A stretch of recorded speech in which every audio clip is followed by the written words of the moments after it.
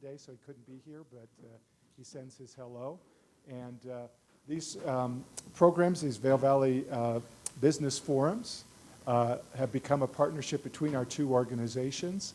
And we thank you for coming out for today's program on workforce trends and human resources. I'm just going to give you a little housekeeping, and I'm going to turn it over to the panel and the moderator because they're the experts. But I will ask everybody if you've got a cell phone, and if you don't have a cell phone, I'm going to congratulate you. But if you do, if you'd put it in the silent mode so it doesn't go off in the middle of the program, that would be great. The flow today is we have, and I want to thank all of our panelists, and they'll be introduced in a minute. I want to thank all of our panelists and our moderator for coming and sharing their expertise with the community. But we're going to have a brief introduction, and then each of the presenters is going to do a short presentation, and Allie, our moderator, is going to ask them a couple of follow-up questions. After we get through all 4 presentations, we'll then open it up to you, the audience, to ask questions. We know that that's the most important part of this program, is to hear what you're concerned with. And I know that everybody's concerned about workforce housing. Today is not about workforce housing. We've done several programs on that. We did a program with the partnership this summer, a 3-day program called the NIMBY Jamboree. Out of that, a coalition was formed that are meeting regularly to discuss that. We know that the town of Vail is working very heavily on that, as all the other communities and the county. But just so we don't get derailed today and ask a lot of questions, we all understand that workforce housing is one of the largest challenges that every employer deals with, as well as everybody who's trying to live and work here. And I think it's certainly something that everybody is trying to figure out how to solve. So just wanted to get that straight. So I want to welcome and introduce Allie Kelkenberg. She's the president of High Country Resource Association. She's also the HR generalist for the Eagle River Water and Sanitation District. And so I'm going to let her take it over. At the end, I will bring a microphone around for the Q&A. And so if you raise your hand, I'll bring the mic to you. If you want to ask a question and I didn't bring the mic to you, keep your hand up, and as soon as the person asks the question, I'll bring the mic to the next person. And we want to make sure we do that because we're filming, and if you're sitting in the front, the people in the back can't hear you. Thank you so much. Good morning, everybody. I'm really excited to be here today. I just came back from a conference that had people in Texas that had people from around the world talking about what's happening in human resources.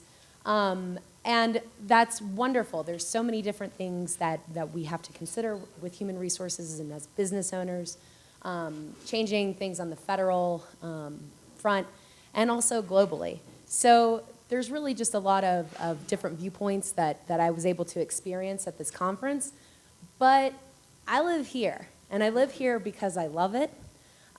So it's really refreshing to be back here and to be able to hear these viewpoints and trends that affect the community that I'm a part of and have chosen to call home, as all of you have as well. I'm really excited to introduce this group of panelists. We have expertise from government, from small business, from hospitality. We have small business owners. So there's really a lot of different type of expertise that we have on this panel today. I've had the privilege to work with a lot of them, and I'm really excited to hear their perspectives on workforce trends in Eagle County. So we're going to go ahead and get started with Jessica Volland. Jessica is the Director of Workforce Development for Northwest Colorado, and she's been with the state in various leadership roles for 9 years and currently works with the Colorado Department of Labor and Employment. Prior to her current role, she oversaw public assistance work programs statewide and was responsible for the design, implementation, and administration of Colorado's only transitional jobs program, Rehire Colorado. So let's go ahead and get started with Jessica's program.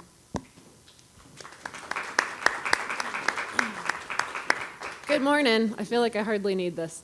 How are you guys doing? Good. So you should be excited because we're going to do a little economics data, 8:30 in the morning. As Allie said, I work for the State Department of Labor. I'm actually not an HR professional. My graduate degree is in economics, so bear with me. I'll try to make this interesting and quick because we don't have a ton of time. I want to highlight for you guys a few trends that we see in the data going on with your workforce population, what employers are looking for, and what's happening with your labor demands in the Vail Valley. Okay, so this graph is showing you unemployment, which is something that I think most people are familiar with.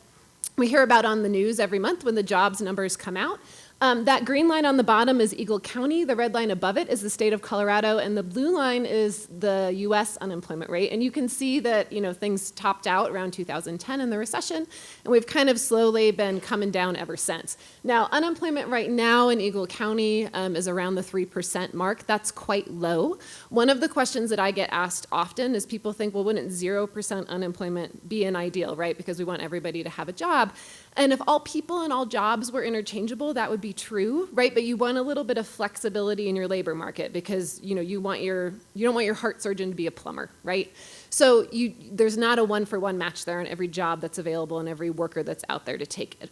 So full unemployment, full employment, we typically think of between 4 and 6%. So where Eagle County is sitting right now, and the state of Colorado has actually been under 3% unemployment for about 2.5 years. That's not great. That's actually, I think, probably an accepted point at this time that Colorado is dealing with a labor shortage, particularly for certain types of jobs. Eagle County, as you can see, has tracked consistently lower than the state overall, and so your county is being even more squeezed than the state is. How many of you are in HR in a position to be hiring people? Okay, how many of you have jobs open that you can't fill? Right, about the same. So everybody who's hiring is struggling a little bit right now. That's a statewide trend, but our mountain and resort communities are experiencing that in an even more challenging way. We are not going to talk about housing. That, of course, factors into it for sure. But we're going to talk a little bit about some of the jobs that are out there and where we're seeing kind of a proliferation of vacancies that aren't getting filled. So this is the unemployment data for you. This is a map of Colorado. The lines are county lines, so hopefully you know what your county looks like. And you can see what the average weekly wages are for Eagle County as it compares to the rest of the state. So the darker the blue color, the higher the wages, basically. The lighter the shade of blue, the lower the wages. You can see that Eagle County, Summit County, Routt County are kind of all in that same mid-range bucket. It's actually that $747 to $858 a week. Now, you can do the math on that. Even at the high water mark, $850 a week times 4 weeks in a month is going to put you in a pretty difficult position when it comes to being able to afford to live and work here. By comparison, some of our northwestern counties, you can see Garfield over there, Rio Blanco, Moffat County, those are higher because of the extraction industry. So any place where you see higher oil and gas prevalence, you see higher wages. So that's what's driving up that average. But what's interesting here is that, you see some of those dark blue county, Boulder counties up there, Jefferson County, Douglas County, wealthiest counties in the state in terms of their weekly wages. But I would put those counties on par in terms of cost of living with Eagle County. But interestingly, Eagle County is not providing the type of wages that we would expect given how high the cost of living is here. So this is a problem for a lot of our communities. You would think in a really tight labor market, the first place that businesses tend to compete is on wages, right? So if you can't attract someone, you might think, well, if I offer them 50 cents more an hour, $1 more an hour, maybe I can get somebody in the door. The data isn't supporting that we're seeing wages really go up. And they've not kept pace with the rise in inflation for quite some time. And so even though we have this really tight labor market, and as y'all raised your hands, businesses are struggling to find and recruit labor, we're not seeing that result in an uptick in the average weekly wages, which is kind of an interesting problem. Okay, so for Eagle County, this is showing you your top employers by the number of job openings that they have available. This comes from the state's Labor Market Information Office, which is also housed in the Department of Labor, where I work. So you can see over here, this is for April 1st, how many job openings were posted by employer. Any of your employers listed up here, just out of curiosity? Yeah, not surprising. So what you can see here is that for the most part, with the exception of whatever jobs are being posted by Vail Health, all of these are in hospitality. right? They're customer service. They're historically some of the lowest wage jobs available in a community are in that hospitality and retail sector. So this is where we're seeing most of the vacancies. Now, you might think that Eagle County is unique. You're not. This actually looks very similar across the state. So most of the businesses that are really struggling right now with recruiting and retaining staff are in those service sector type of jobs where we see those wages typically at the lowest in the labor market. So Eagle County, pretty consistent with the state of Colorado in this. And then the other thing that I want to show you is among those employers, these are the skills that they're asking for. So when we see their jobs posted, and the state kind of scrapes from all of the different job boards that are out there, so whether you post on your own company site or through Indeed or through Monster or through the state's Connecting Colorado website, the state scrapes all of that information, puts it into a database. That's where this comes from. So it's a pretty good representation of what employers say they're looking for in terms of skill sets. Now, since we already kind of covered that most of the jobs out there are in service, retail, hospitality, probably not too surprising that what we're seeing here overwhelmingly is what's considered a soft skill. So not really any technical skills here. The only one that might not be a soft skill is being able to stand up for a long period of time. But other than that, you're really talking about kind of that big bucket of soft skills. Increasingly, we see employers struggling with finding candidates who exhibit these types of traits and characteristics. There's a lot of good information that supports the awareness that when somebody is stressed, meaning they're only making $747 a week and they're living in a really expensive market, it's very hard to exhibit these types of traits. So if you're feeling squeezed and pressed, you don't know how you're going to pay your rent, you're worried about how you're going to feed your kids the next week or cover the cost of daycare, it is extremely challenging to exhibit strong customer service and flexibility and problem solving because your brain doesn't have the bandwidth to execute those types of skills when you're dealing with a high stress environment. So what we have here is kind of this perfect storm between employers saying, okay, these are the skills that we need, but we value these skills at a very low wage level. And when we compensate people at that level, it's very hard for them to exhibit these types of skills. So we're in a little bit of a catch-22 as far as the labor market is concerned, and it's compounded by these high cost of living environments. So, between the cost of childcare and housing and even, basic commodities like food, it's expensive to live here. And yet the jobs that we're really struggling to fill are those low wage occupations. So we'll have time for Q&A right after. So if you have questions about the data, happy to talk about that. But that's what I've got for you this morning. Thank you, Jessica.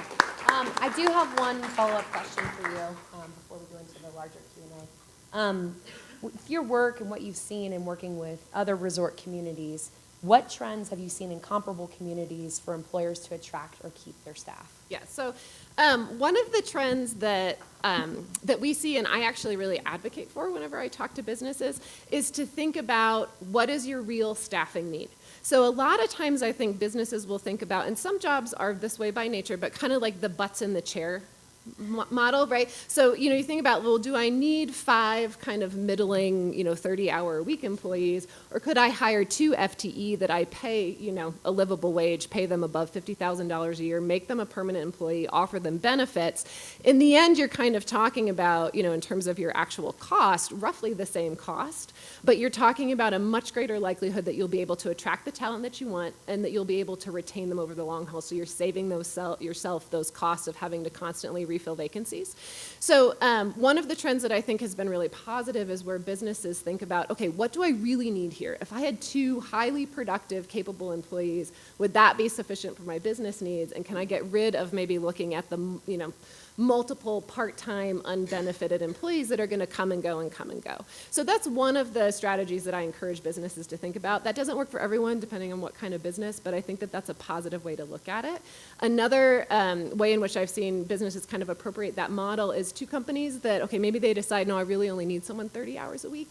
Is there another company that does something very similar to you to where you can basically job share an employee, get them to a full-time job, and provide benefits for them? So if within your business you can't get to the FTE that's paid a livable wage, can you, in conjunction with a very similar business, get to that point? So I think that those are 2 of the approaches that we've seen be promising and actually gets people to a wage level that's commensurate with the cost of living, which would be the ideal.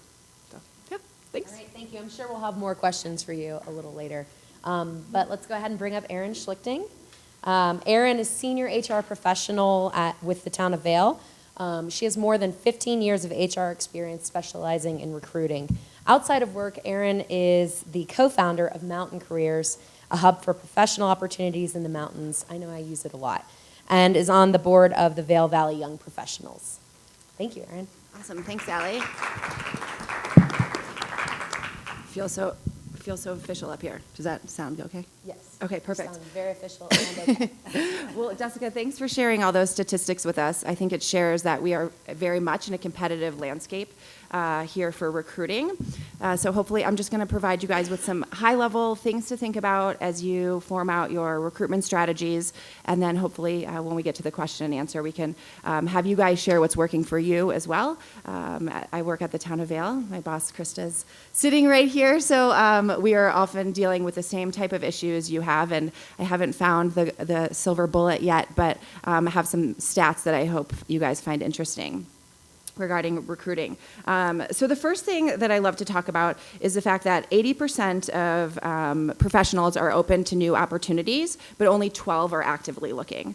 And the reason I bring that up as the first sort of foundation for our recruitment discussion is that typically we are just seeking after people who are already looking for jobs, right? They're flipping through the newspaper, they're walking around store to store looking for employment. But what I want all of us as employers to start to do is to focus on that 80%. That 80% of people who would leave their current job for a new and better opportunity. So how are you really communicating to that 80%? Because that's a much bigger talent pool that you have the ability to reach. The next statistic is that 86% of active candidates use their smartphones. So how many of you have a cell phone in your pocket today? And how many of you don't have to raise your hand if your boss is here, will probably look at Facebook or Instagram or one of those social networks today? Thanks for volunteering. Me too. So yes, to know that 86% of candidates are starting their search on their mobile phone is something hugely that needs to take into account. And then the last fact that is interesting is that 73% of millennials have found a job on social media. So social media sites are going to include Facebook, Instagram, and of course LinkedIn, right? So many businesses focus thinking LinkedIn, that's where professionals go to find jobs, and then you might think to yourself, LinkedIn isn't where my type of employees, that's not where I'm going to find bus drivers, things of that nature. And that's true. There's only, I don't have the exact numbers, but like hundreds of thousands of people on LinkedIn versus billions of people on Facebook. So there's something to think about as you build out your recruitment strategies. So what are the trends what are the takeaway from those 3 points? The first thing is to make sure that your process is easy and accessible on phones, the mobile thing. How long does it take people to apply for your jobs? Are they able to pull up your jobs on their phones? Can they actually apply on their phones?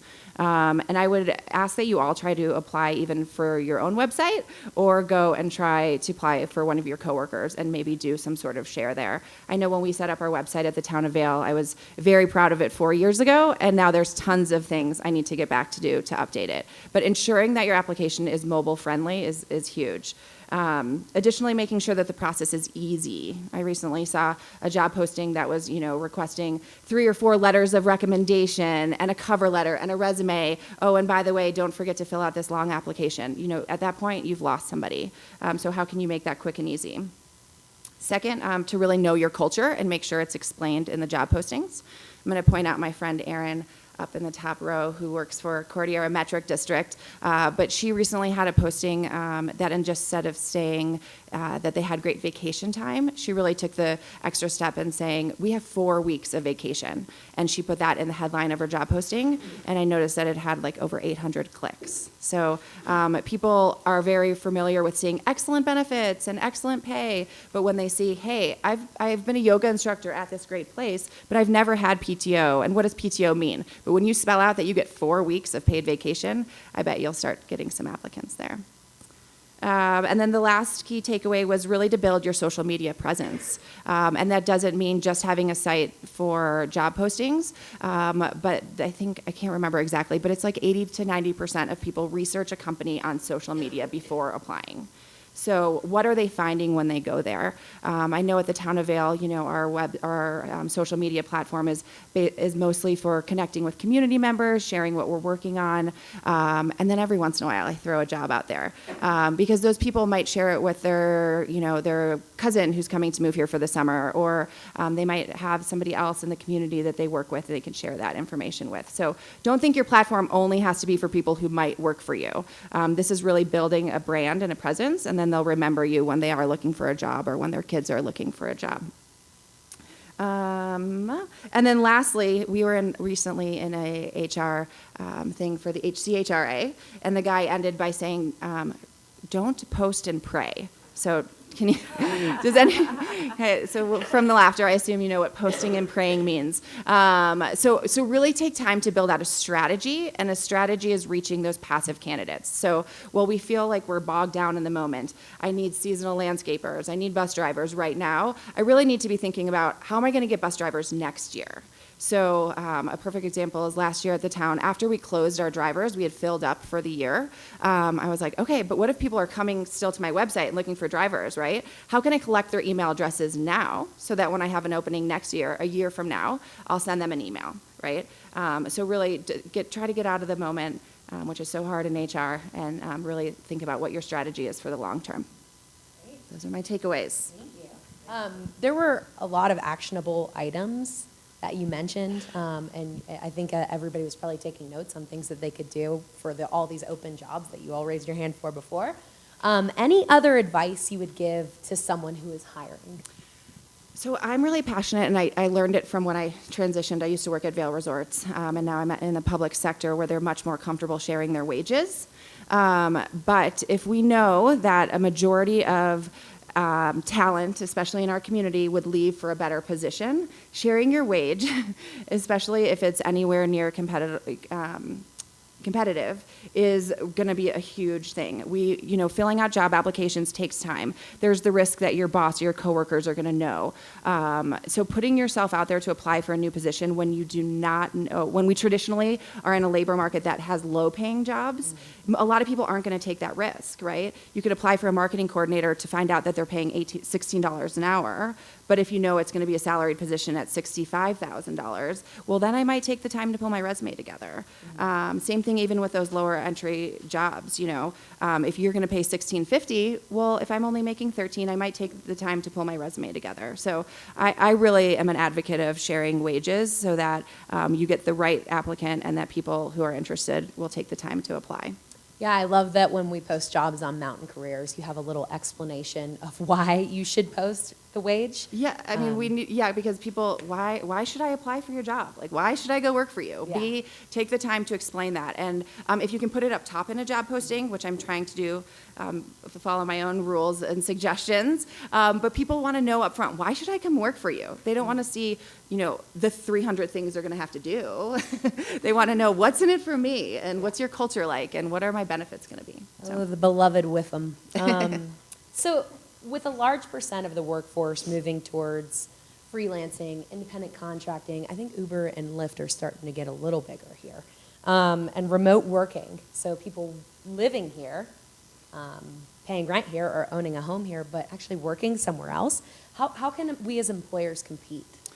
That's a great question. So I think the statistics are that about 40% of the workforce will be a freelancer by 2020. So, and that is, in our mountain communities, there's more co-working spaces popping up everywhere, remote workers, coffee shop workers. So I think it's going to be something that we have to compete against. I think, once again, sharing your benefits. People are interested in flexibility and health insurance. So how can you have that sort of exciting, flexible work schedule so that people think that. I recently met, there was two IT guys. It was above me what they did, but one worked for Tesla and one worked for another big tech company out of the Carbondale area. Both of them had great salaries, and they said in a heartbeat they would take a local job if they could. So I think while the remote working is very attractive, there's a lot of people who also miss the work environment, that team feeling, and they wanted a local job. So I think employers can do a lot to compete with that, but it should be something they're aware of. Thank you. Yeah, there's a lot to be said for connectivity in the workplace. Absolutely, yeah. Thank you, Erin. Next up, we have Michelle Griffith. Michelle has her SPHR and her SHRM SCP, and she's the Human Resources Manager at the Christie Lodge in Avon, and past president of High Country Human Resources Association. So she passed the torch to me, which I'm very grateful for. Michelle has more than 15 years of human resource experience, with the majority of that experience in the hospitality and theme park industries. Her theme park stories are fantastic.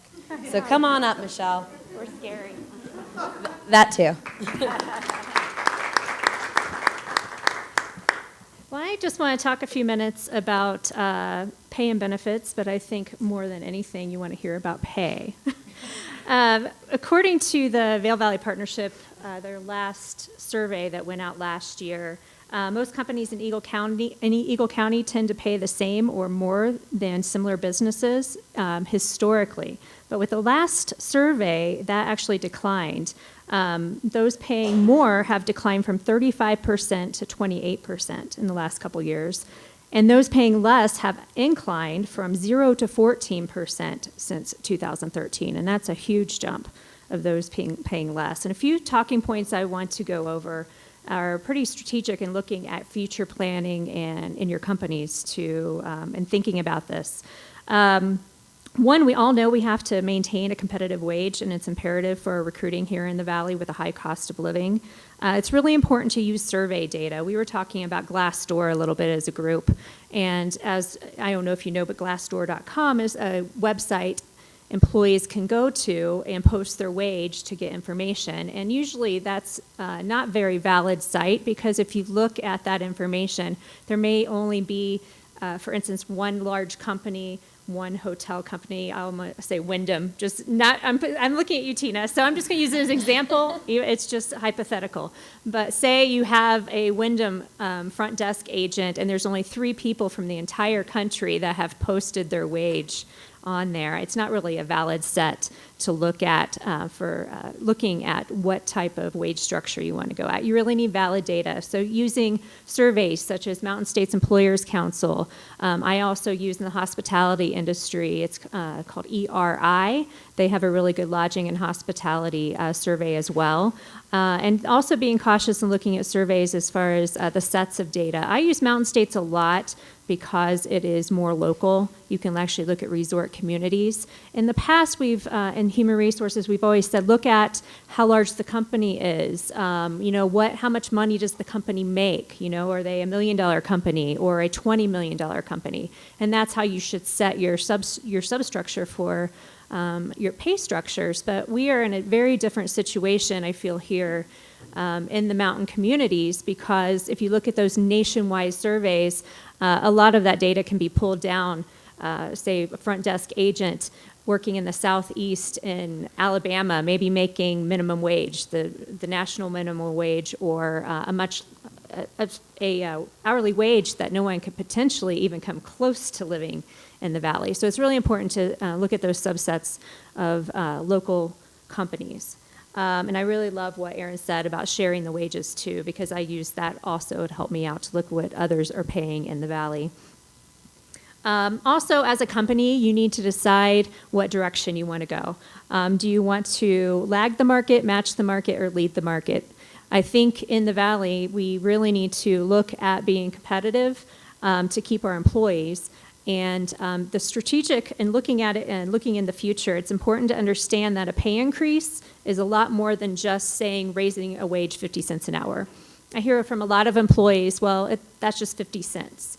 Well, if you do 50 cents times all of your employees, that's an amount. And I've had managers come to me and do their budgets based off of that amount. But us in HR, we have to look at other things. When we look at the whole company, raising wages for everyone also raises the premiums for workers' compensation. It raises the premiums also for group life insurance, short-term life insurance, long-term life insurance, and it affects a lot more of the bottom line than just that 50 cents. So I have been really teaching our executive committee and our board of directors at the Christie Lodge that for our strategic planning in the future, we have to look at that as a whole package deal. And I think that's what a lot of companies miss out on, and why some of the data has been going in that direction, because it does take some planning. It takes some planning to looking in the future. And if our whole purpose is retaining these employees for the future, you've got to think if we're retaining these employees, we're going to have less turnover.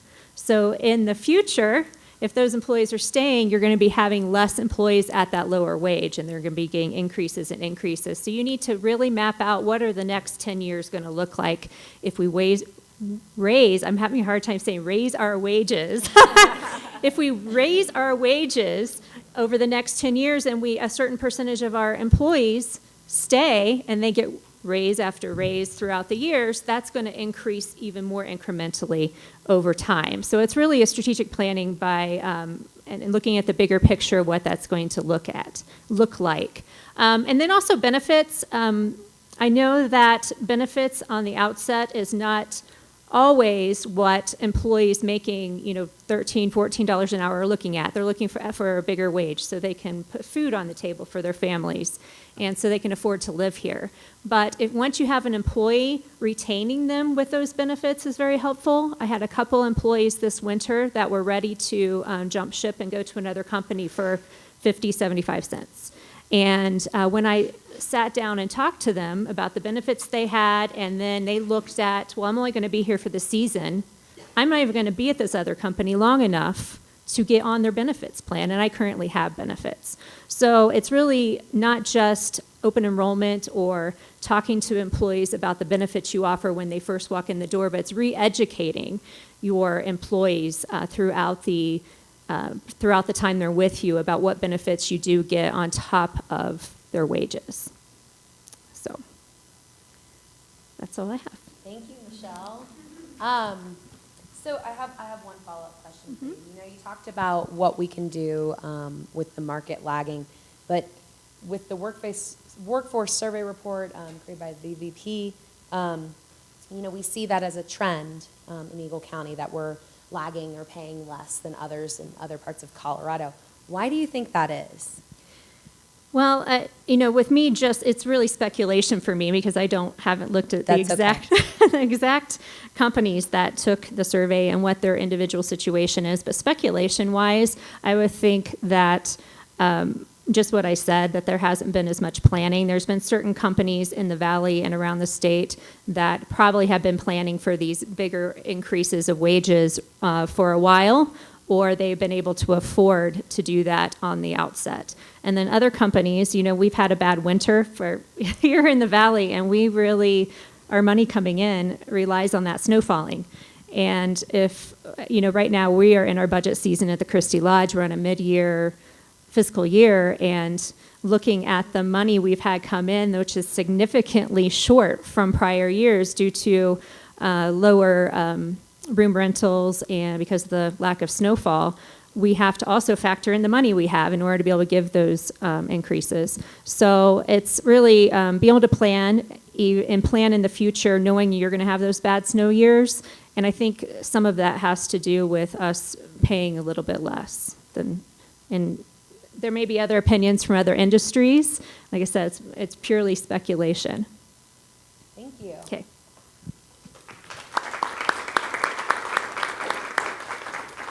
Our last panelist to present is Teresa Friel. She has worked in human resources for more than 15 years, including serving as a director of human resources for a major resort in Vail. She's worked with Human Resources Plus and as an HR professional since 2014 and has been an integral part of the HRP Recruit and Reward Services, facilitating customized training sessions, conducting on-site HR audits, and executing compensation and workforce analysis projects while providing daily human resources guidance to clients. Perfect. Thank you, Teresa. Thank you for coming. So once you've gone through the recruitment process and determined what your wage is going to be and you get that new hire in place, what are some things that you can do to keep them? So I'm here to talk today about onboarding. Question of the day, what is onboarding? Well, the dictionary defines onboarding as the action or process of integrating a new employee into an organization or familiarizing a new customer or client with one's products or services. I have a SHRM definition as well, which I'm sure most of you are aware of who SHRM is. Employee onboarding, also known as new employee orientation or assimilation, is the process by which an organization assimilates its new employees. Again, I'll be mentioning SHRM a few times throughout the presentation. So onboarding and orientation. You'd notice that SHRM mentioned orientation as part of their definition. Orientation and onboarding are not interchangeable. You need both. Orientation would basically be a part of your onboarding process.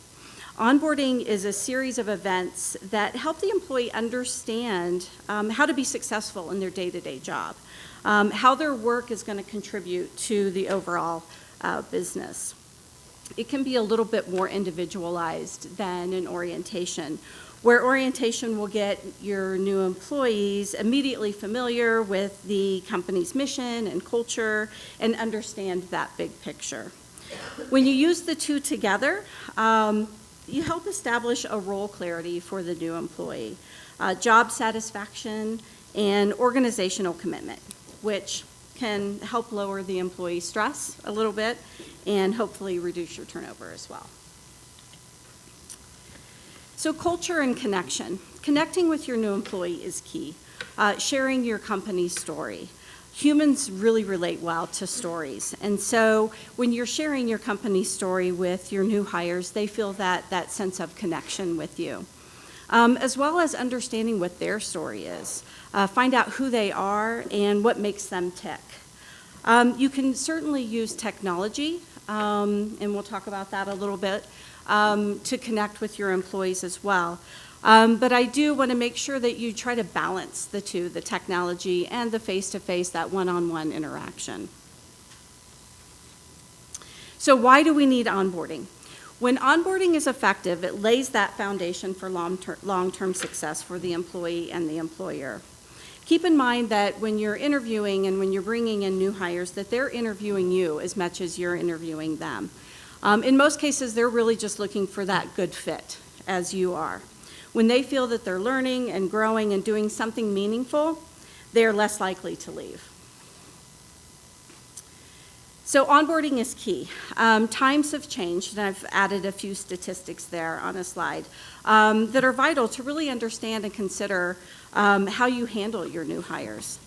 We reviewed a few different surveys, and we found that 86% of respondents to this particular survey felt that new hires' decision to stay with a company long-term is made within the first 6 months of employment.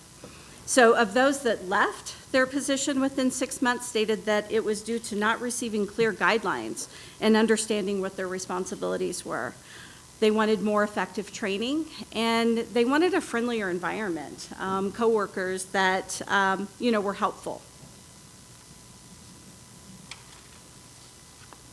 So onboarding is key to retention.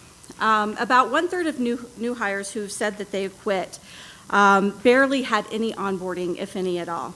15% noted that the lack of effective onboarding contributed to their decision to leave. According to SHRM, the average cost per hire is about $4,000. So they've also estimated that the turnover for a salaried employee can be up to 6 to 9 months of their salary. So before implementing a program, or if you're currently in the process of restructuring your program, make sure that you're including your top performers. Include your management team, include your executive team. Ask them their past experience with your organization or with other organizations, and what suggestions that they might have, and how they can be a part of your onboarding program as well. It's important to evaluate your program periodically. Get feedback from your employees, whether it's through an employee survey or an employee questionnaire. And you can certainly have different roles of different levels of onboarding programs within your organization. You may have a lot of seasonal workers, so their onboarding program may look a little bit different than your full-time year-round or your executive or management team. So again, focus on the experience. You never get a second chance to make a good first impression. This holds true for your new hires and your customers. And I know we hear that a lot in the hospitality industry. The experience when bringing them in, you should cover 4 different levels. Talk about compliance. They need to know, understand the legal policies related, go through their handbook, their paperwork. Clarification, understand their roles, know what to expect. Culture, exposing those new hires to the organization, to their values and to their norms. And connecting with them. Connect new hires on a personal level and through informational networks. So retention, people are rarely forget their onboarding experience, whether it was good or whether it was bad. They want to know what is expected of them and what they need to do to progress with the company. The faster a new hire feels welcome and prepared, the faster that they will be able to contribute to the success of your company. I've included a story in my handout here of a small fast food chain that requires their employees to receive 120 hours of training before they're allowed to work on their own. They've only lost 7 general managers in the 34 years that they've been in business, and their turnover rate for assistant managers is 1.4%, which is incredibly low. So I know that this example may not be realistic for a lot of your companies and that you get 120 hours of training in, but it is important to make sure that you are providing the appropriate amount of training and coaching. This will certainly affect all your retention at all levels. So is it worth it? Is a well-planned onboarding program worth it? Well, 69% of employees are more likely to stay with a company for 3 years if they've experienced great onboarding. New employees that experienced a structured onboarding process were 58% more likely to be with the organization after 3 years.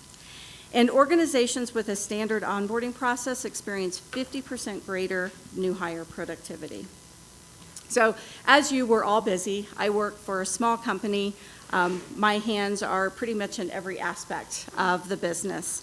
And so when you attend functions like this, you think, okay, those are really great ideas, but how am I going to find the time to implement them? Who has that kind of time? Well, just keep in mind that you only have to do the heavy lifting once. Once you get the program up and running and in place, then it's smooth sailing after that, and certainly will pay off in the end for you and your employees. Thank you. I have a couple of follow-up questions Okay. for you. You talked a lot about what employees were asking for or what makes a good onboarding program. So what one piece of advice would you give to a company that wants to develop an effective onboarding program? And for those that already have one but maybe want to refine it a little bit, what's the one thing that you see employers doing that's really effective and maybe one thing that they should probably ditch? Well, it's really important to understand what your need is. Okay. You need to understand what information this employee needs to be successful. They need to understand the culture. And it needs to be a realistic expectation. If you have this grand plan to have this onboarding program, but it's just too much, then you're not going to use it. So be realistic when you're planning your onboarding program, and just make sure that it's doable for your organization. And keep your budget in mind as well. You go technology way, it can get a little expensive, so it certainly will affect your budget. Okay, great. And speaking of technology, what effects has technology made on the onboarding process? Well, most of you that are in HR know that technology has been a great resource to get the piles and piles of paperwork off of your desk, which has been huge. You can send links to your new hires to their mobile devices so that they can fill out their new hire paperwork on their phones, which is great and offers great flexibility. It does provide kind of that landing spot for information for your employees to go to and get information about your company and your culture.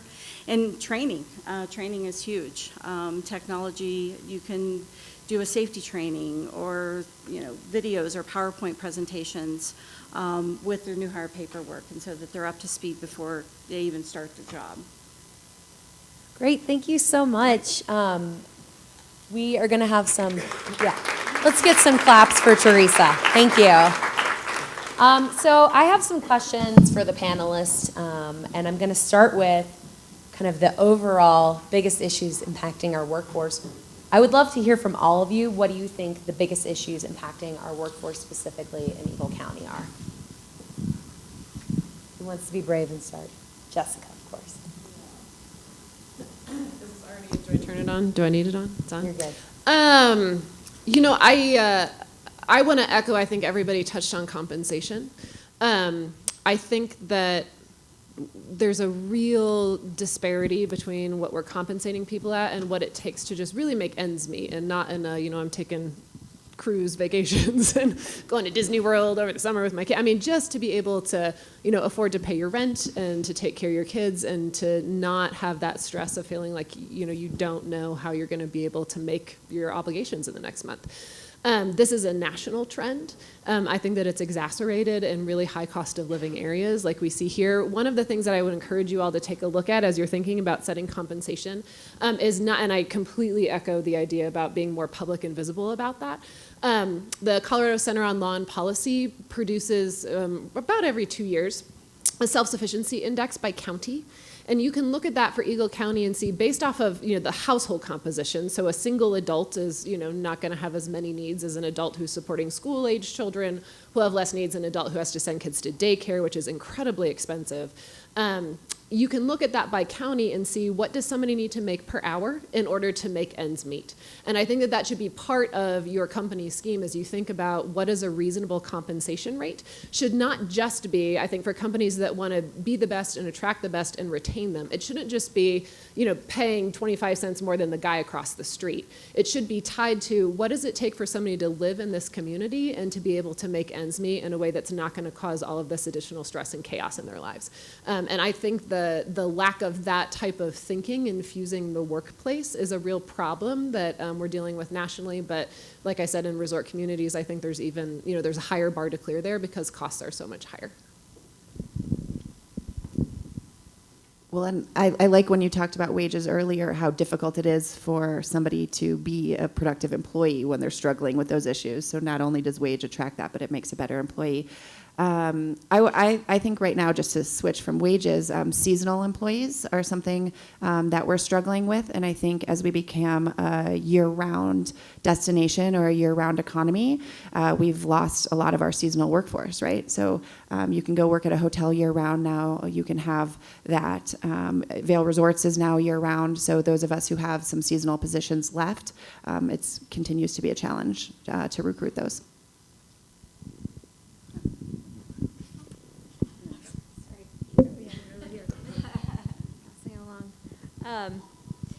I think I sat through a presentation, I think a couple months ago for Vail Valley Partnership, and talking about, this kind of goes into housing, but I don't want to talk about housing. That's but and keeping, employee and kids that already live here, that already have housing from moving out of the valley, and I think that can solve a lot of our issues. And I can't remember off the top of my head what the program was called. I'm sorry, you may know. They printed CareerWise. That's it. It was on the tip of my tongue. But in doing apprenticeships and internships with high school kids and working with Colorado Mountain College and keeping the workforce that we could potentially already have that lives here. And then we don't have the housing problem so much. And I think we can work with some of the local resources we have.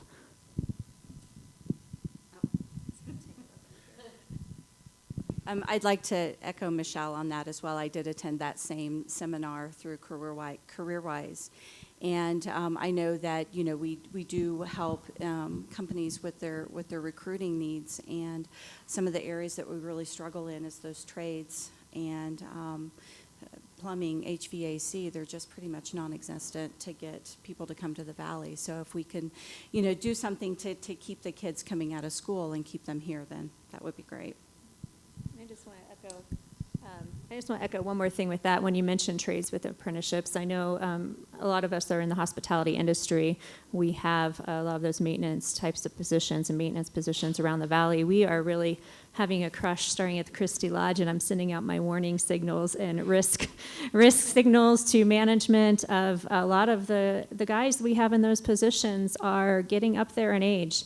And they're even coming to me, like, being concerned, hey, I'm thinking I may retire in the next few years, we already having a hard time filling the jobs we have open.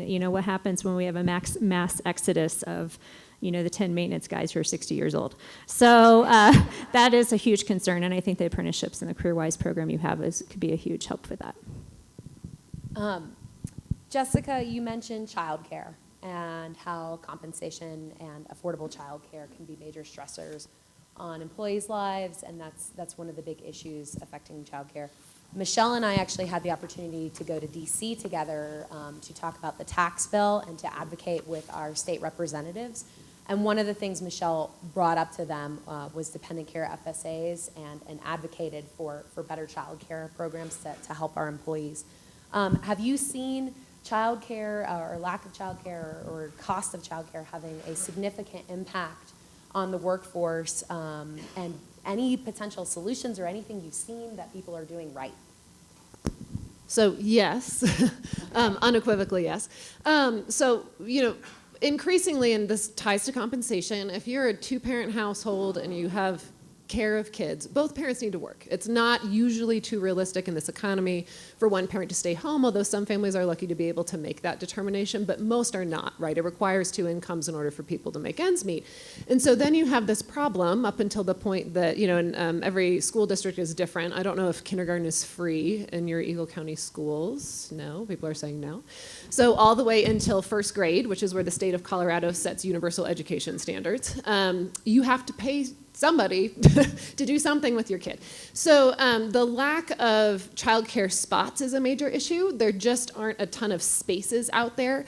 Infant care up to the age of about 2.5 is particularly difficult. It's also the most, in terms of premiums, the most expensive childcare market. I don't live in Eagle County, I live in Steamboat Springs, but very similar in terms of our childcare breakout. The day rate is $68 per day for a child who is preschool aged. And so even if you are compensating, the state's minimum wage is now $10.10 an hour. Most mountain communities are above that by at least a couple of bucks. But if you're talking about $68 a day just to have somebody watch your child, pretty quickly you start to realize that working for $14 an hour is basically working for free once you see taxes come out of that. So one of the strategies that I think is especially appropriate given how tight the labor market is for employers to look at what can we do in this space. So whether that is providing stipends for your workers to be able to offset the cost of childcare.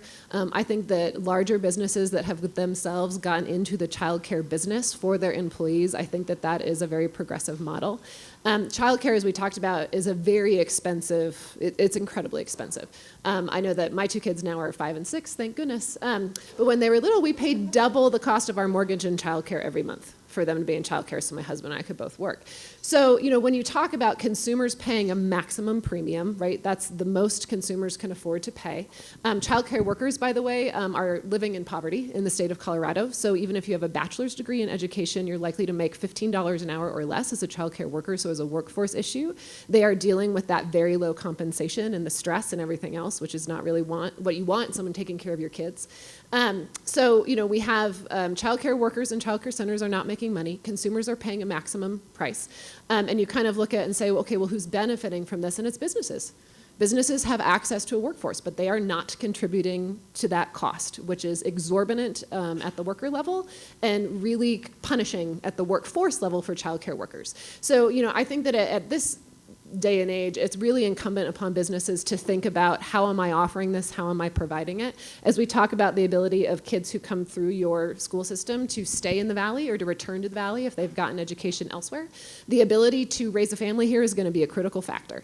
And we all agreed not to talk about housing, so put that elephant in a different room. But childcare It's okay to talk about it. Okay, childcare is the other big driver cost there, right? So housing, obviously, but availability and affordability of childcare is going to be huge. So if you want to be a competitive business and you need actual people to come and work for you, you should be thinking about childcare. In the outdoor space, I think Patagonia has a really wonderful model. They've been doing childcare for their workers since the 1970s. They bake it into the cake of how they do business, and I think that they've been very successful in that. And so in outdoor retail in particular, there are some really interesting models for creating childcare co-ops. So that would be a solution I would encourage businesses that have that scale to think about.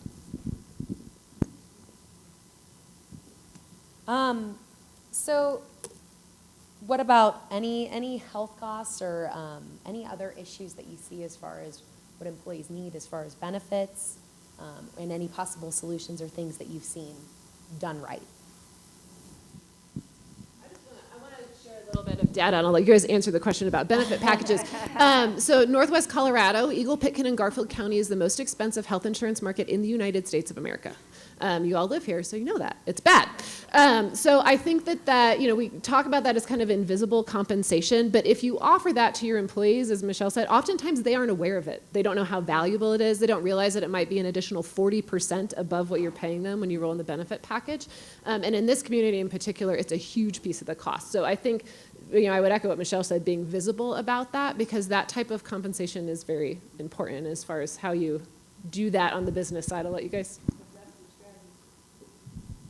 Well, and as I said before, it's the re-education too of the current employees who have, because I think a lot of, especially the younger employees that we have that are in those hospitality, lower paying jobs, they are thinking about the money, and they don't really think about what the value of that benefits package and what that means to them. So, and not just, handing them the packet, you do your initial overview of your benefits package, but really continuing throughout the year of re-educating your employees about that and what value that adds to their total package, total compensation package throughout the year, not just saving that for open enrollment times.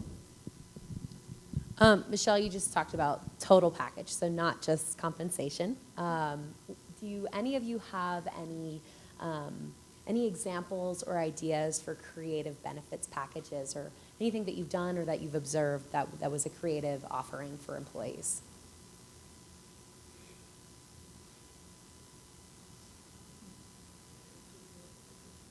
Be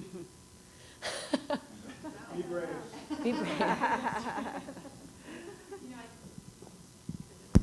I think right now at the town of Vail, we were certified as a great place to work in basically 2017. So I think what we're trying to do is to capitalize on our culture and connecting our employees and listening to them right now. So, we think we've covered some of the basics in terms of pay, which of course can always be better, but, some of those things, pay, benefits, retirement, really that feeling that we're taking care of our employees. And our next step is to connect them together. We're seeing a lot of turnover in those first 5 years, and it could be to housing, childcare, all these other issues. So how can we help them make those connections with other employees and feel a part of our culture and our organization, which has been around for 50 years?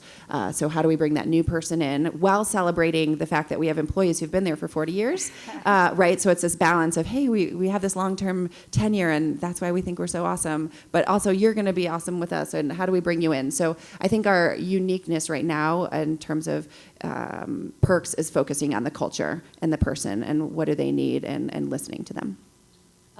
With culture, what advice would you give to an employer who wanted to improve or highlight or better define their workplace culture?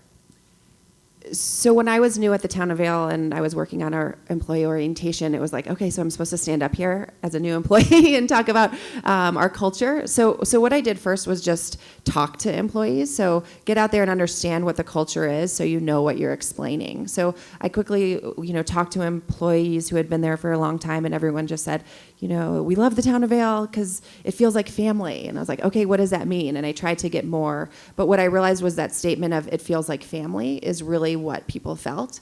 And that's how I describe our culture now. So talking to people, understanding you can't just take a tagline that you read that sounds awesome and plug it into your organization, but understanding what's important to them and then communicating that. So I put it in our job postings, town of Vail, and many of our employees say it feels like family, and people respond to that. They say, oh, I was looking for a job, but just not any job. I want to be a part of something that feels like family. So finding out your culture and then explaining it and expressing it. So I oversee 10 offices and roughly 30 staff, and all working for the state. And one of the things that I was talking about, that our ability to exercise those soft skills. So like we want people to be nice and responsive and solve problems and initiate tasks and all those things. You think about the environment and the condition that enables somebody to do it, right? And so the the large looming nature of stress, the more stress you have in your work environment, the harder it is going to be for your employees to perform the way that you want them to. All of our knowledge of how brains work supports that. And so not just in terms of compensation, which I think is huge, but also thinking about culture. How does my culture either create or alleviate stress on the life of a worker? And I think that a big piece of that is, as you're thinking about setting your culture, is thinking about, well, where would I want to go to work? How would I like to be treated? If I am struggling with things like, I have a sick parent that needs care, or just life happens, people have lives. How is that treated within your work environment? How do you bake that into the cake of culture? I think that you do yourself a major advantage in that the more you're intentional about culture setting and make it a positive environment, the better your employees are going to perform. So if somebody is showing up at 8:03 every day and they're supposed to be there at 8, if my first response is to kind of loom over them and be like, you're late. If you're late again, I'm going to write you up, or I'm going to, whatever. That's not helping me. It's not helping the worker. It's not helping my work environment, because what happens is then a customer comes in, and because my employee felt treated badly, they're going to turn around and have less patience for the customer. And then the customer is going to complain, right? And so it creates this really not virtuous cycle. But if I can approach that worker and say, hey, it seems like 8 o'clock is a struggle for you. What about 8:30? Can we talk about what is a good start time for you where you feel like that's realistic given my other expectations? Maybe they have to drop a kid off at daycare and it's not possible for them to get there at 8 on the nose. But if I start from a place of being punitive or demanding, then that's only going to lead to my staff being punitive and demanding with their peers and their coworkers and the customers we're trying to serve. And so I think, always approaching any problem, with your staff, your culture, with thinking about how can I create kind of the least stressful, most positive environment is going to go a really long way. Okay, great. I love that you didn't jump automatically to where we tend to rest as employers in Eagle County, which is, oh, well, it's gorgeous outside, so the culture is outdoorsy. We do that a lot. We're like, isn't it great? We should all work here because your mountains are your backyard. So I love that you guys actually jumped to talking about how it actually feels at work and making people feel welcome and making people feel like family. I think that's great. That being said, it's still a reality that we do have this amazing outdoor natural environment, and that this is a community that's focused on wellness and healthy living and outdoor lifestyles. So how do workplace wellness programs such as Health Links, other programs, how do they benefit employees and businesses?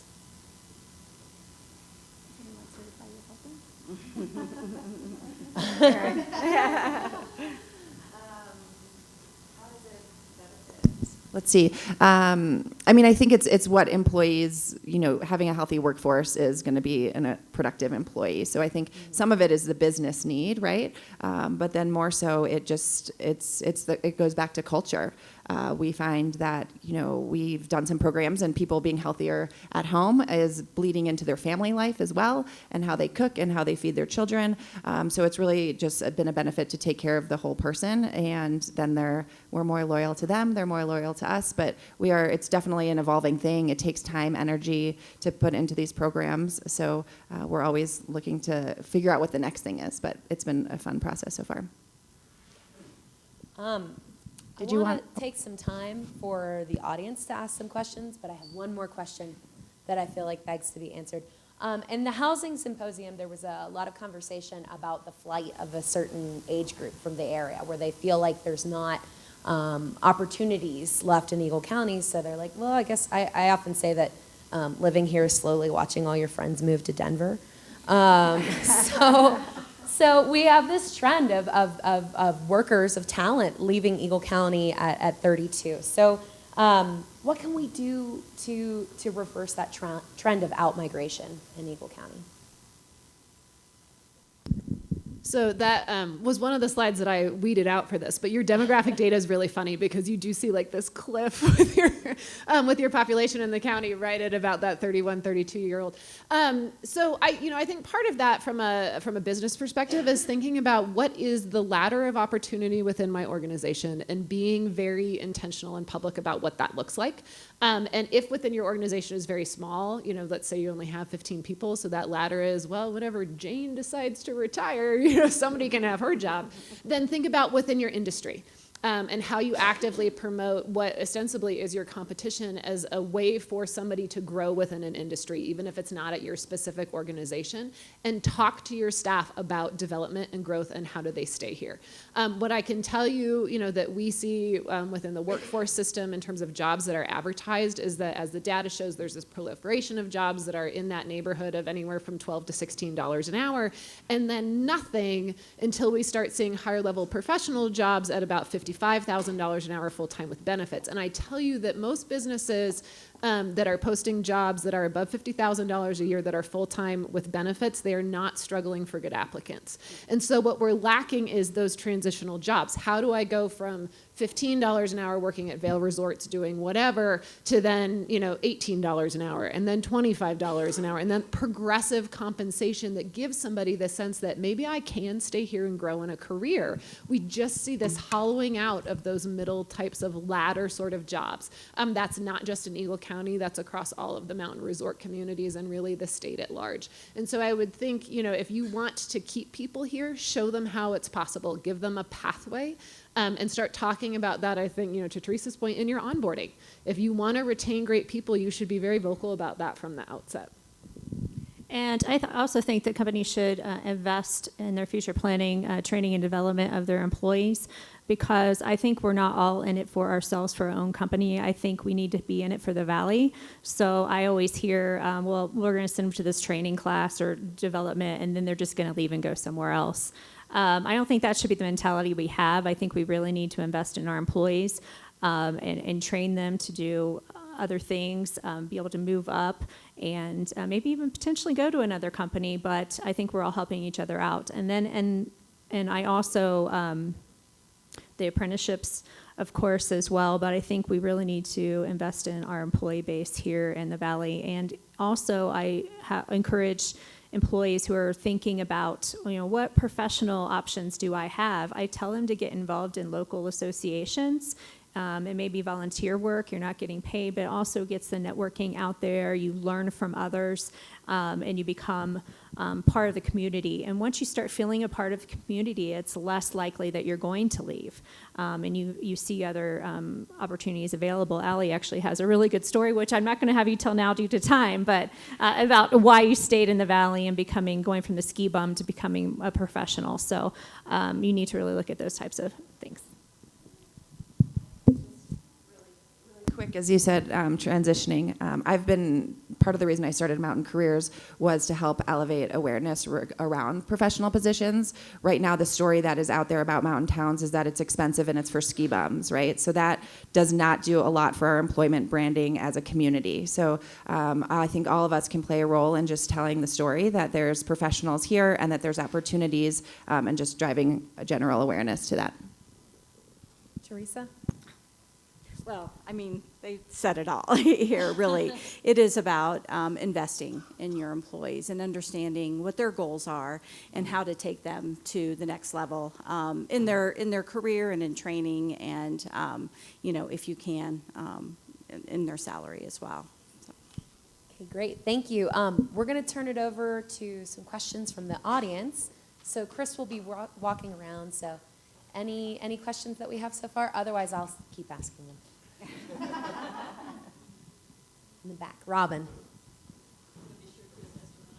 It's a healthy place to live. How many times can we get him running up and down the stairs? Michelle, you mentioned training. So what types of training do you think it's important? Is it like leadership training, or what is going to benefit the employee and the other employers too? I think you should ask the employee. That's what I usually do. I'm like, what is it that drives you? What is it that motivates you? And what do you want to do with your life and career? I think when we plug someone into forcing them to, this is the training that we think you should have, I think it really, in order to engage the employee, it needs to be something that they're interested in. Of course, you need the certain skills for whatever job you have, but just focusing on those types of things, I think we need to look at the bigger picture and what is going to motivate that employee to enjoy the training, get something out of it, and what's it going to bring back to the workplace. Any other questions?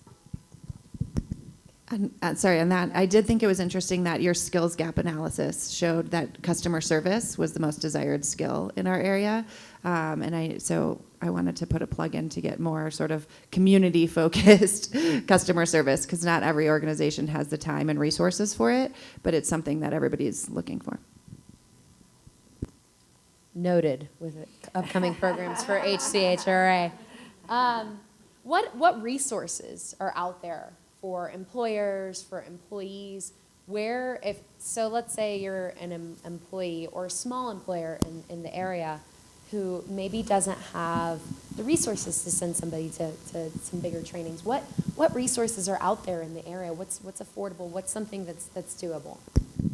So this is where I get to plug our offices, which Plug are away. workforce centers. And there's one across the frontage road here in Edwards. So the workforce system is publicly funded. It's the Federal Department of Labor, gives money to the states to do exactly that type of thing. And so any person who is looking for a job or a better job or wants someone to give a once-over on the resume or to talk about, hey, you know, I need to make more than $16 an hour. What type of training can I complete? What's out there in order for me to make that progressive wage? That's what our staff in the Workforce Center does, free of charge to anybody who walks in the door. So we also have some funding available to actually help people with the cost of training. Here in Eagle County, that's largely CMC is going to be the training provider. So if somebody, you know, hey, I would really like to get this certification, or I'm interested in, you know, starting to work for the fire protection district, but I need to get my EMT done, and I need to, that's what we do. We help people navigate that process, figure out what training they need, and sometimes we can help them with the cost of that training. On the employer side of things, my staff also function kind of like ad hoc HR folks for small businesses. So all of these questions that we've talked about today, you know, what's a competitive wage rate? How do I attract and retain talent? What type of skill set do I need? We have a battery of assessment tools, aptitude tests. They're all available free of charge to employers. We help with hiring events, job fairs, all kinds of things. So that is a resource that is within your community that if you're not familiar with, talk to me and I'd be happy to tell you a little bit more about what we do. But that's available to everyone and anyone in the community who has interest, and we work with everybody from Vail Resorts to the one-person standalone business. So, I actually have a question for you on that. Do you think that enough businesses and people are aware of your services? Do you have a lot of people taking advantage of them? we actually do have we've got a pretty good footprint in Eagle County. That office has been here for more than 35 years. So yes, I think that we have a pretty good uptake in terms of businesses and also job seekers or people who are looking for better work. But I think that there's always room for more promotion and for us to expand our responsiveness to businesses. So, you know, we're not like many government programs deal with ever reduced funding, which is kind of the nature of being in the public sector these days. And there's always more need than, you know, we can fill, but we have great partnerships in the community. We actually work pretty closely with Vail Valley Partnerships in a lot of spaces. And so, you know, try to collaborate with other folks to do as much as we can in the community. And I have to put in my High Country Human Resources plug, but you know, I've had questions in the past about High Country Human Resources Association. You don't have to be an HR professional to belong. A lot of small companies that don't have the HR resources available or the education, the know-how to, a lot of them are doing everything. They've got their hands in every piece of the pie, so they don't focus on that type of human resources function every single day, but then when something does happen, then they don't have anyone to go to or anyone to talk to or don't know where those resources are. And we are a low-cost, you know, organization here locally in the Valley, which is great networking. You know other HR professionals and can learn from that. And we actually, another plug, we have a program tomorrow for, it's kind of like an HR 101, HR for small businesses. Some ladies from the Boulder Area HR Association are coming up to present that. So learning more about what you need, what are the basics of HR for a small business. That's a local resource as well. And of course, I need to plug my company, Human Resources Plus. We do a number of things in the HR field, anywhere from training. We can be on site with you. You have a project that you're working on, we can come on site and assist you with that project. We can do audits for you. We have membership levels available as well that do provide free guidance, unlimited guidance, so you can call us anytime if you have, an HR question or if you're dealing with an issue, and we can help walk you through that.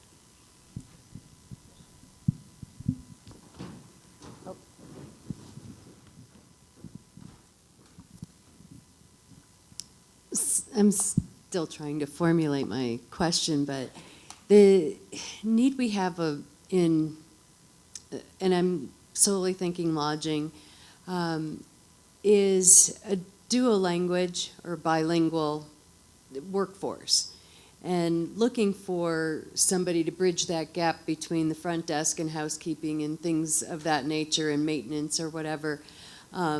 We're really struggling to find a program that will help our employees learn English so that they can cross over and can help us out. I was fortunate to have a child in the Valley who I put through the dual language program at Edwards Elementary, then into June Berry Creek Middle School. She's now a senior and has her accreditation for dual language, and we put her at the front desk, and it was phenomenal. Just having somebody that can speak both languages in our company. Is there places that we can provide our housekeepers with that ability to learn the second language? And we've tried through CMC, but it always seems to be that the programs are at the wrong time, or we can't get our force. Is there anything that I'm not looking at besides CMC that can help us with a dual language program for our housekeepers or maintenance staff, or somebody that can bring them up to a more supervisory level? Do you have an answer for that? Let's get Kim up there. Okay. Oops, sorry. So I used to work at the college here and in a division called Customized Business Services, and we would bring the resources of the college to you as an employer. And so they took that division away because it was sort of hard to mark up in such a small community where you can go straight to the person. So there still are some resources of former employees or ESL instructors that can come do customized programs. We used to have it at the Sonnenalp as well. They have intercambio, so it's beautiful if you bring this to your place of employment. Actually, East West Resorts, the Westin does it. Where's Linda? Yeah, okay. It's beautiful because oftentimes you'll see in the cafeteria the Latino population on one side of the room and the English-speaking staff on the other. And when you have this program, it has the two of them work together on topics that are related to the tourism industry, and they start to build friendships this way and help each other learn the appropriate terminology for that specific task. And so you start seeing everybody mingling together in the cafeteria after that. So I can put you in touch with some people that do it in the field right now, because CMC is no longer offering those customized times. But the programs are totally worth it. I would say that there is a thing addressing the child force issue, or the child care issue. CMC has Kids College, and so people that go to this campus has what's called Kids College. They offer like little educational programs for the people that are in ESL and have a need base for it. So while the employee is going to school, so it's a way you can help as an employer pay for their school and get them the free daycare at the same time. Great, thank you. And if you can get my card afterwards, there's, I haven't actually looked into it yet, but I just came back from last month from the HR and Hospitality Conference in Las Vegas, and I chatted with a vendor at a table. I think the company was called Entrada, but I have a flyer. I actually haven't looked into it yet, but I'd be happy to scan and email you a copy of that with the same type of information. Also, on a similar note, we started translating our job description or our job postings in English and Spanish. And what happened, I was surprised by it. To attract somebody who's already bilingual. And my hunch, because our applications skyrocketed from that, is that I think the way Google works, it's then pulling your Spanish job postings onto a segment of population who might have their computer set in Spanish. So by making that little change overnight, we've completely brought a bilingual population to one of our departments. Aaron, do you have someone translate that, or do you use like a service? Or We have an employee in-house. Okay. Yeah. Any other questions from the audience?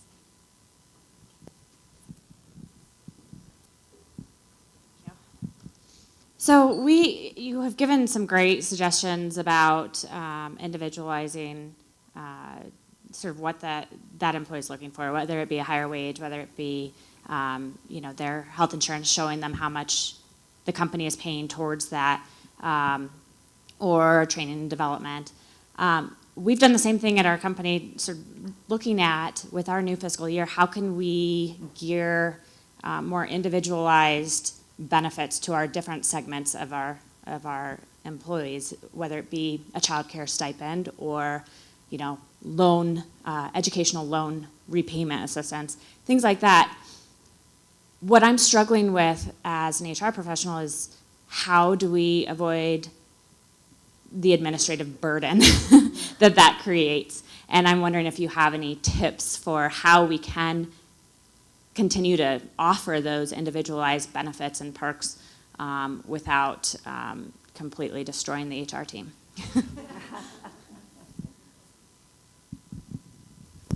So I think and this will be easier for me to say, right, because I'm not the HR person up here. I think one aspect of that is appreciating that, like, you're gonna do more work now to invest in creating that structure, and that you'll reap the benefits of it as time goes on and you have lower turnover. And so, I realize that probably doesn't help in the immediate sense of like, all my staff are so stressed out trying to make this happen, but to appreciate that, like, that upfront investment is going to pay dividends as time goes on, and you aren't dealing with having to fill multiple vacancies or all that churn happening in your organization, because you have built out the structure that encourages your employees to stay and to be better because they've stayed. But I think that, recognizing in part that, like, yeah, you're going to pay up front, right? And so, being kind of thoughtful as you work with your team on, like, yes, this is a lot of, building this framework and foundation and laying the groundwork now, but we know that as time goes on, we're going to reap the benefits, or at least, that's the assumption that you're operating underneath. The other thing that within your HR association, and, I don't wonder if there's a way to utilize those existing associations or frameworks to try and figure out what is a way in which other like-minded businesses can be collaborative about this. So, like, can somebody in another organization like yours, who's doing something similar, become the expert in, dependent care stipends? And that person serves as provides their expertise to the association, and everybody can take advantage of that, so that you and your staff don't have to be all things to all people, to utilize those existing associations to kind of ease the burden a little bit, by finding other businesses that want to do the same thing to be competitive. So just a thought. Yeah, I think we share resources quite often in the HR world, so that's a great point. Aaron? We're looking to do some of the same things, and I hope to get my leadership team on board, which we'll see how that goes, in terms of trust, right? If we can trust our employees to properly use the wellness benefit, and we don't have to collect receipts to say, did you really go to a yoga class? How did you use this? What is the percentage of people that are going to abuse that? Maybe 5%. It's not worth our time and energy. So I hope to somehow weave in trust to sell them on, let's get rid of some of these processes. Let's not track who gets a bonus card. All these things. Let's just trust our employees, and we'll get a better benefit there. Michelle, Teresa? No, I have nothing to add. Great. Okay.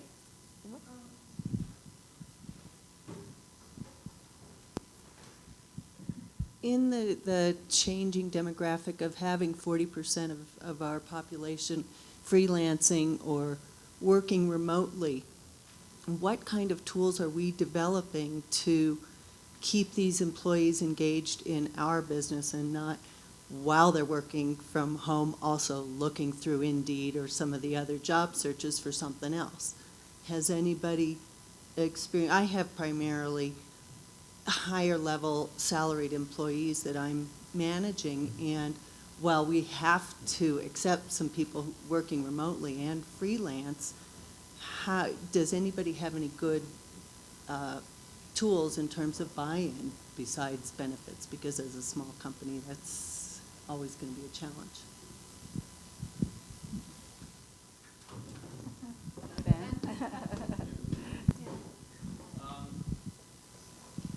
I'll say what worked for me with Vail Valley Partnership. I co-own a video production company, and I started at Cordillera Metro, and was doing graphic design there for them and asked for a pay raise, and they couldn't give it to me, and this is where HR came to bat for me, and was talking to general manager, but general manager came up to me and said, you know, what are you interested, who are you interested in? And I said Vail Valley Partnership as one of them, and here I am. What works for me, not for my sleep schedule, but what works for me is that they give me the flexible row is results-oriented workplace environment, so get the job done. You have goals, and you know you get compensated for exceeding expectations and being innovative, but really what it came down to is believing in the culture that I work with, my coworkers, and then just being supported and especially being paid, you know, a fair wage for the gifts that, you know, we're all talented, but there's a lot of young people who are gung-ho about, you know, becoming a professional in the Valley and growing. And it's tough out here, and this is what this whole thing's about, but I'm a freelancer too. And so, you know, they put trust in me that I'm going to get the job done, that I'm focused on Vail Valley Partnership, but that they know that sometimes I got to go, you know, do my freelance stuff. And that's what has allowed me to be able to be happy and stay with them. So I just always encourage to pay the employee, but then, you know, just let them have responsibility over their own schedule if your job allows that. I know it's a little more difficult sometimes with the certain service industries up here, but that's what really works for me. Thank you for sharing that perspective.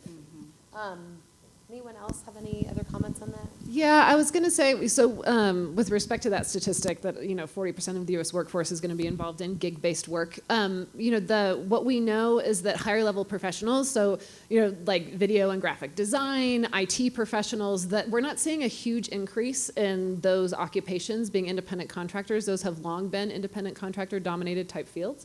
And we're not, and the data doesn't say that we're like, oh, we're spiking. Where we're seeing huge growth in people who are independent contractors are actually in those lower wage, lower skill jobs. So since the recession, almost 25% of the jobs that we've added back since 2010 are temp sector jobs, almost 1 in 4. So, and those people are actually independent contractors. And so what we've tended to see is businesses going the way of being very specialized in their workforce and outsourcing everything else. And that is really, is going to have some serious ripple effects for those lower wage workers who are not paying into Social Security, who cannot receive unemployment insurance benefits.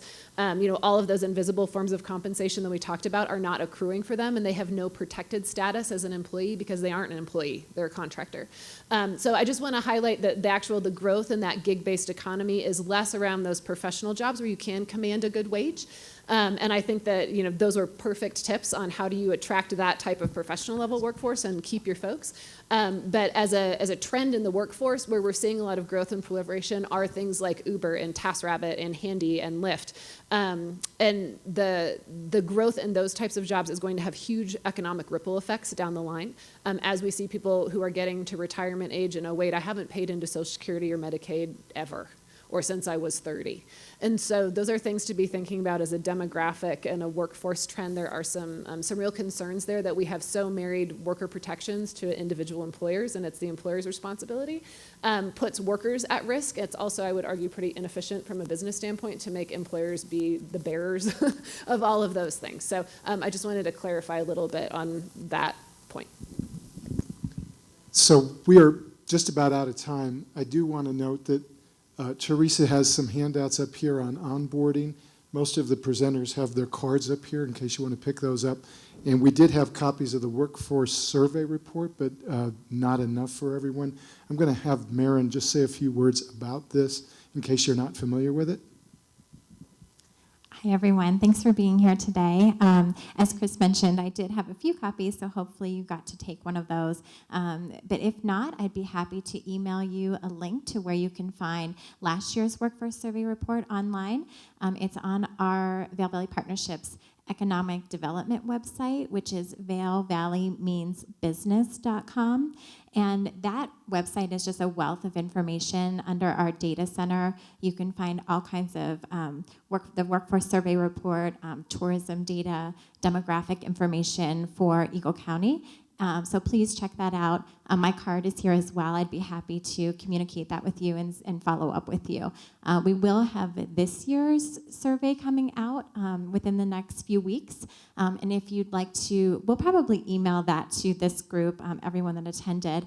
We'd really like to hear from HR professionals in our community, business owners about their workforce, what's happening with the workforce, with wages, what are the biggest challenges that you face, and then the survey results in turn fund this report. So we will make sure to distribute that to you as well. But certainly if you'd like any additional information, don't hesitate to contact us. Thanks, Maren. I want to thank Allie, Jessica, Erin, Michelle, and Teresa for coming and spending time with us today. I want to thank all of you for coming and taking time out of your busy lives to share in this. Allie, do you have anything else to say? No, thank you guys for all the, I learned a lot today. I'm really excited.